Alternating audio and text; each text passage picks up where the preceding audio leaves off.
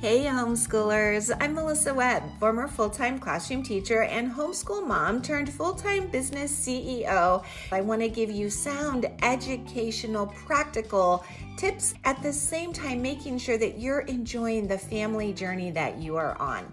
So if you are looking for a place to be encouraged and inspired, you have found the perfect podcast.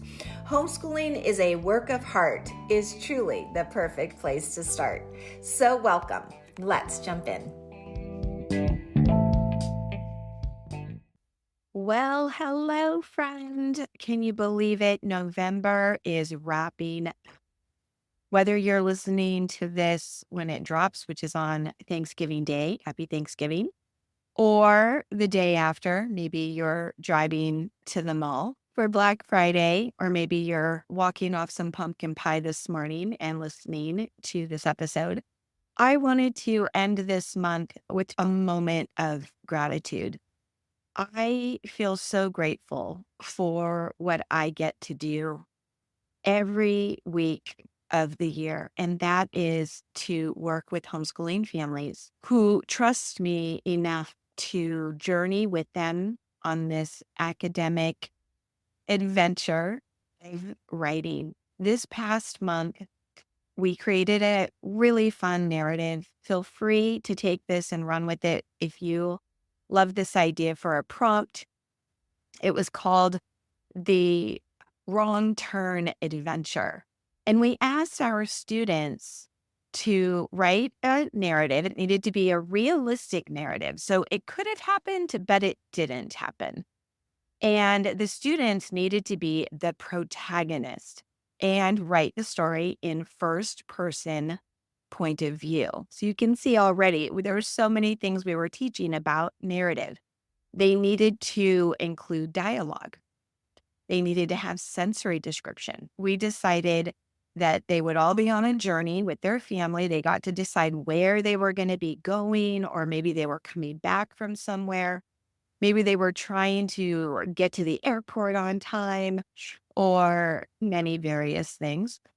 They had the freedom to do that, but they had to lose technology as their helper. So somehow the phones needed to not be working. Their navigation apps were not working. They couldn't rely on the GPS in the car to save them. So this is where they had to get very creative. And I have to say, it was so fun to read some emails from families who said they literally took out the old maps and had a conversation around how they found places before there was technology and writing down directions and taking those with you. So, all in all, it was a great, fun experience. And the stories that the students wrote were full of imagination, comedies of errors, intent, suspense, a little of everything. They did such a fabulous job. And so I thought, what a treat this month if a few of them had time. It's been a busy week. Would they be willing to read their story for you, our podcast audience? Fortunately for you, I have three kiddos that were willing and able to do just that. And I will just say this, I could have chosen so many stories. It was really difficult because so many were fantastic, but I wanted to give just a little sampling of what a level 1 writer could create versus a level 2 or a level 3. A level 1 is a shorter story all the way up to a level 3 being a longer story. So just more story plot is added within. There's more dialogue, there's more sensory description, just more to the storyline. But all three of these amazing kiddos wrote fantastic stories at these three different levels. And the fact that they were willing to say, sure, I'll read my story just makes me so proud of them, especially knowing that for some of them, this is their first experience with writing. And they're willing to read it and put it out to an audience. And I think that when we let our children know that what they create is that important. It's important enough to share with an audience, even just outside of our family, is a big step. So I'm really proud of our three writers. And I would love to hear back from you, the audience. Do you like this? Is this something that I should be doing on a monthly basis and picking different students to read a portion of what they wrote to one, show you what that can sound like, as well as inspire you with some ideas for teaching writing if you're not enrolled in any of our classes, but you listen to the podcast. Is this helpful? Is this inspiring? Do you enjoy it? So that's all I wanted to say there. I'm going to open it up to our first storyteller today. Again, remember, these are all wrong turn adventure stories, family trips where something's about to happen, and I hope you enjoy them all. I'm going to start with Nash, whose family was heading to Disneyland, and I'm going to leave the rest of the storytelling to him. Enjoy. Nash, Nash, wake up, Dad said. We need to go somewhere. Go where? I asked. It's a surprise, Dad smiled. As Scotty and I begged to know, fine, I surrendered. I'll tell you. We're going to Disneyland. What? Scotty and I screamed at the same time. We're going to Disneyland. Did you not hear me? Dad teased. No way, I yelled. And then Scotty chimed in. This will be my first time. We're all so excited that we didn't even notice it was foggy outside. As we drove to Disneyland, Dad asked Mom to turn on the map on his phone, but the fog made us lose service, so we couldn't turn on or see the directions. Mom tried to turn on the map to navigate us to Disneyland, but her phone only had 1% battery left before it died. We didn't know how to get to Disneyland, and we couldn't call anybody. With one phone having no service and the other having no charge, we now had to find our way to Disneyland somehow. I think I can navigate us there because I've been there many times as a kid, Dad says. Fortunately, he got us close by, but all the parking lots were new and different, so he didn't know where to park. We found some people with Mickey ears walking down the street, and we knew they could help us. We were so happy when they told us we just had to go straight to get to the lot. We made it just in time to get 4 seats on the slowest tram that Scotty called the turtle tram.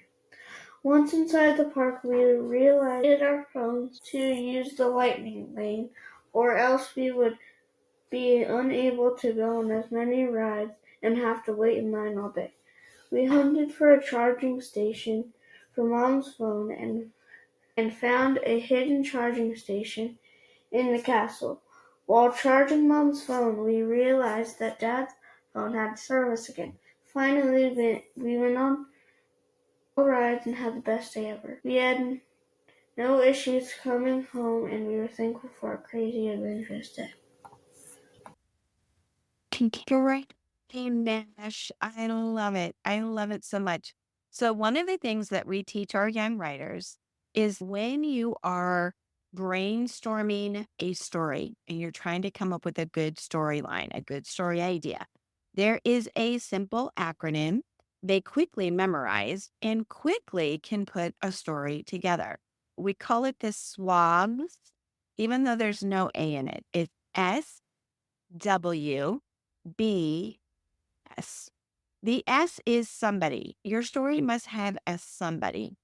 In Nash's story, it's Nash and his family, but it's Nash as the main character, the protagonist. The W, SW, the W is wanted. So Nash wanted to go to Disneyland with his family. The B is for but. Something must go wrong. A story where nothing goes wrong is a pretty boring story. In this case, we've got Nash wanted to go to Disneyland with his family, but all of their phones were not working, and that kept the navigation from happening. Oh, and that's the final S, SWBS. So, what next? So Dad had to rely on his memory to get them there. Now, to extend a story, you just need more buts and so's. He could have elongated this story by saying, so dad went from his memory to get us there, but he took us down the wrong road and we ended up on a different freeway. So we had to pull into a gas station. Can you see how you can extend a story with additional but so, but so? That's it. That's the trick. So if you want to write a great narrative with your child, just grab a piece of paper. You can do this as just a verbal practice, but jot down S, W, B, and S and say, okay, who's going to be the somebody of our story? What does that person want? But what's the problem that needs to be solved? So, how do they solve it? A short story has very few buts. Those longer stories have multiple. So, just keep that in mind. And with that, pay attention as you now are going to hear a longer version of that story. Again, remember, they were just told you're with your family on a trip and you lose your navigation, something goes wrong. So, in this next one, I think you'll really enjoy it. Our story told by Emily. We're almost there. Just 4 more hours left, my dad would enthusiastically call to me and my weary sister. For context, we just left our cabin at Lake Tahoe a few hours ago. If you ask me, it felt more like a multitude of years had gone by. During the winter, Lake Tahoe tends to get snow, so my family thought it would be exciting if we stayed at a cabin there for a week. Spoiler alert! It was a bad idea. We were all worn out from our fun-filled week, and what happened next didn't make anything better. As we were driving, I could see it snowing cats and dogs outside. The snow was pattering on top of the roof of the car when I heard my sister gasp quietly. Is anyone else's phone working? My music turned off. She'd ask, a little confused. Not even a split second later, my dad adds, What the heck? The navigation stopped working. My mom slips on her glasses as she peers at her own precious device. Mine's not functioning either. It soon became clear what was happening. We had lost signal. Dad, we don't need navigation, right? I'd ask, chuckling anxiously. So, nobody panic, but, we're lost. I bet the whole highway could hear us holler after my dad said that. Suddenly, Amber gets a grand idea. I wonder if I can find signal somewhere else in here. So she began to move about the car, trying to find her signal. Any signal, really. Unfortunately, her rapid movement made it hard for my dad to drive, so he frantically pulled over to a halt, away from the towering trees and sparkling turquoise lake, with a screech. But as soon as he did, Amber could restore the signal. After some time, I peeked outside my window and noticed something. Where we were parked, there were no trees. We had lost signal while we were driving through the pines. It was the trees blocking the signal the whole time, so we ended up chuckling it off and safely made it home. There you go, Emily. So wonderful, right? I love listening to the stories that these amazing young people created all on their own and were willing to share. And I do just want to take a second to truly thank Nash and Emily and our next storyteller, Ray Wynn, for their willingness to not only write the story, of course, they showed up, they did the work, they followed the instructions, but in addition, they were willing to read them and share them with our audience. So I just want to thank them so much for doing that. It's just been such a treat for me and certainly a treat, I hope, for all of you. I do want to just mention a couple of things about Emily's great story. I love that she got clever with some figurative language. We all know the idiom, it's raining cats and dogs, and I liked her wit. She's in Lake Tahoe, so it's snowing cats and dogs. So I thought that was clever that she took a twist on a well-known idiom. She also had an onomatopoeia that she threw in there when there was the screech as her dad pulled over frantically to a halt. Again, great vocabulary options, great dialogue. I also loved, where was it? She was using her words to show, not tell. As everybody's checking their phones and it gets to her mom, she doesn't tell us, my mom wears glasses. She shows us. She says, My mom slips on her glasses as she peers at her own precious device. It's a great sentence. It's showing us what her mother is doing, and we can visualize this story. And while it was just a tad bit longer than the first one, you could tell she had just a few more. So this phone wasn't working, but we tried this phone, but that wasn't working. And so we tried this. Just by adding a few more story plot pieces, you can extend that story. And you'll really hear that in the next one. So buckle up for this one. Our last storyteller is Raywin, and she took the idea of something's going to go wrong and you're going to lose all your ability to use any of your navigational apps to a whole other level. Yes, I cannot argue. They are not able to use any navigation apps by the time what happens. And I'll just leave it at that. But I have a feeling she's going to have you sitting on the edge of your seat. Enjoy. As we approach our house, I see my cousin waiting on the front porch. She sees us and runs to the car. Even though I'm only a few years older, I always picture her as 9. Ray Ray, she explains. JJ, I say back. How are you? I'm good, thanks. Are you excited to go to Big Bear? I'm so excited. I haven't been to Big Bear in a while. The drive is always windy and I get carsick easily. Are you going to get out of the car or what? Juliana asks. My cousin was wearing some jeans and a plain red t-shirt. Her recently cut, short brown hair is down and, of course, tangled. My mom and I get out of the car, and my cousin comes over and hugs me, and then my mom. Hi, Godmama, Juliana says as she wraps her arms around my mom. The 3 of us start loading up my Auntie Jen's car. Jay mocks me as I fail to lift the suitcase into the trunk.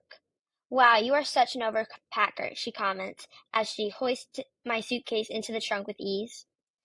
I am not, I say indignantly. Also, I was just trying to get you to do it for me, I say with less conviction than I had intended. Yeah, right, she scoffs playfully.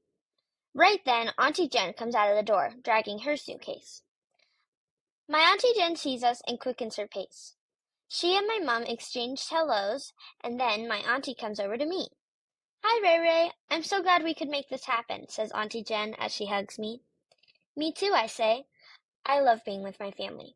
My dad's family lives in Indiana, and my mom's family lives an hour or 2 away. We usually only see them on Thanksgiving, Christmas, and our annual trip to Palm Springs. I've never gone to Big Bear with Juliana. She will probably want to go skiing. I think I will stay in the cabin for that portion of the trip. I think we should get in the car, says Mom. Did anyone forget anything? Nope, Juliana and I chorus. Okay then, let's get to it, says Auntie Jen as we get into the car. The first hour of the drive is pretty uneventful. Juliana and I watch a show on my iPad while our parents talk in hushed voices. Raywin, asks my mom. I take out my AirPod to hear what she is saying. Just to let you know we're reaching the hills, okay? Okay, I answer. Like I said earlier, I get carsick easily, so I put down my iPad and look out the window.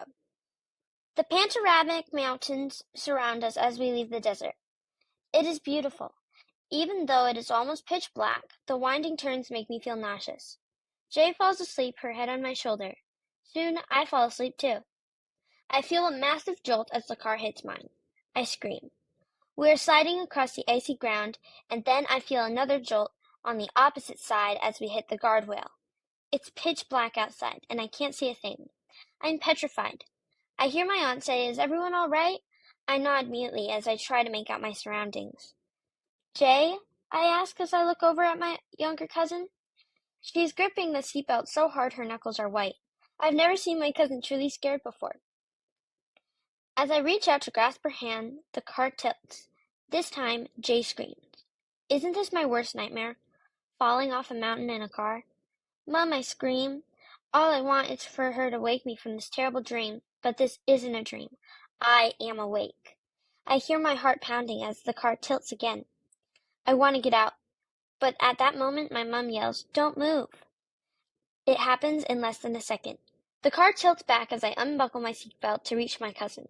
With all the strength I can muster, I unbuckle her seatbelt and pull her into the middle of the seat.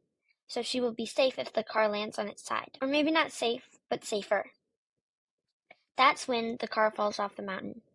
I scream and scream. My life flashes before my eyes. I think about my family, my friends, and every single moment of my life. Things I don't even remember until this moment. The car is somersaulting through the air. The G-forces are too much. I feel the blood rushing into my head. Then black. I feel a soft breeze caressing my hair. I open my eyes, but when I do, it is still pitch black. My head is throbbing. Anxiety floods my chest as I remember what happened. My cousin Juliana's face when our car got hit. The sound of the car creaking as it tipped off the mountain. My family's screams. As I remember this, I wonder, how am I still alive? My body aches, and I feel warm blood trickling down my head. Before I pass out, I hear a soft voice calling my name. When I wake up, I look around and find I'm in an ambulance speeding across the freeway. I turn my head to see Juliana's arm in a splint. I try to sit up and find restraints wrapped across my legs, waist, and arms. I look up to see an EMT approaching me with a shot. I start to scream. I have trianophobia, a phobia of needles/injections. And after what I've been through, I have no interest in getting a needle stuck in my arm. When I wake up a third time, I am no longer restrained. I feel the pinch of an IV in my arm, but it is very slight. My arm feels extremely heavy, but I imagine to lift it to look at it. My fingernails are dirty and caked with blood. It smells like hospital, my least favorite smell. I guess it makes sense, being a hospital and all, but come on! They could at least try to make it smell comforting. As I look around, I see there are curtains surrounding my hospital bed. Maybe Juliana or my mom is behind that curtain. My chest squeezes as I think about my family, especially my mother. Me and my mom have a very special relationship. We can talk to each other about everything. I can't imagine losing her. Suddenly, I see my dad stride through the door. His brisk walk turns into a run when he sees me. "Raywin," he says, tears in his eyes. "Are you okay?" For the first time since the crash, I am able to speak. It is hard, but I manage to get the words out. "Dad," I say hoarsely. "Yes?" he asks. "Is Mommy okay?" I ask, prepared for the worst. Yes, she's alive," Dad says, choking up. "And JJ?" "Yes." "And Auntie Jen?" "Yes." Tears of relief flood my eyes as Dad says my new favorite word, "yes." As time goes on, I learn that I bruised my ribs pretty badly and got a serious concussion. I'll have to stay in the hospital for at least a month. I moved to a private room that looks more like a bedroom, but not by much. The doctors tell me that if I hadn't moved Juliana to the middle of the seat when I did, she would have died. My mom's okay too. A broken arm and a concussion, but she will make a full recovery. My dad brought my favorite blanket and stuffed animals from my room to the hospital. The doctors even let my dog stay with me and Juliana in our room. As for my Auntie Jen, she got the worst of it. The car landed on the driver's side, and she bruised her tailbone and broke her leg. But she's on the mend. I can't believe we all survived this. I can't even believe this happened. All I know is I am alive, and I will be forever grateful. The end. Whoa, bravo, Raywin. It is so good. Did you enjoy that one? Oh my goodness. Such a great storyteller, too. I just love the way she delivered that. I enjoyed it as well. It's one thing to read all of these students' essays at the end of our month. And it's a whole other thing, even for me, to enjoy this experience at her getting to read her entire story, which, as you know, is a lengthy one. I hope you enjoyed it as much as I did. A couple things that I just wanted to point out. Her sensory detail was excellent. There was, right from the beginning, feeling car sick. Did you pick up on all of that? How she mentioned the windy road, using her sensory description to describe her cousins and the travel and the fall and the accident and the injuries, right? Just the whole thing. She did such a wonderful job with that. And I also wanted to mention Did you notice her vocabulary? She made so many excellent vocabulary choices. One of the things we talked about was dialogue and taglines. So, dialogue is what is spoken by a character or maybe a thought that a character has. And the tagline refers to the person and how it was spoken. So, she's in the hospital and she mentions she's talking to her dad at the time, and she's finally able to speak. She has not been able to speak for all this time. And she's able to get the words out. She has that line. She says, "But I managed to get the words out. Dad, I say hoarsely." So a lot of times students will just say, "Dad, I asked," or "Dad, I said." I asked. That's the tagline, the person who said it and how they said it. But we encourage our students to be more creative there. And I think she made so many great choices. She said, "Dad, I say hoarsely," which is a great word choice because she hasn't spoken since the accidents, her first words. And there were many times there that she used great vocabulary, both in taglines and just in story details. So there you go. There are our wonderful stories. I hope you enjoyed this. It was something, like I said, I've not tried before or done before. I'd love to hear what you think. I, again, just want to wrap up with these feelings of gratitude as we say goodbye to November and branch out into a new month. I hope that you have a most wonderful whole holiday season. And by all means, if you are inspired to check out some of the things we offer students and classes, we are going to, in January, be opening up the second semester. We have a few seats. So maybe this was for you. Maybe this was for you to hear today to say, yes, I want to be a part of that. Who knows? Maybe that was this whole inspiration on my part. I don't know. We'll find out. Anyway, have a most wonderful day, everybody. Enjoy your weekend, and we'll see you next week. Right on.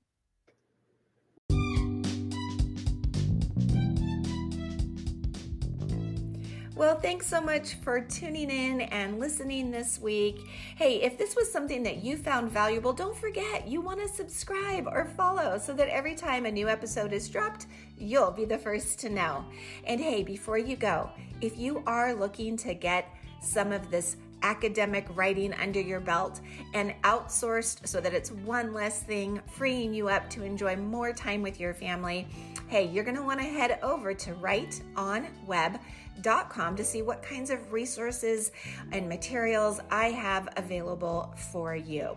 I will look forward to seeing you there, and I will look forward to seeing you here in our next episode. Right on.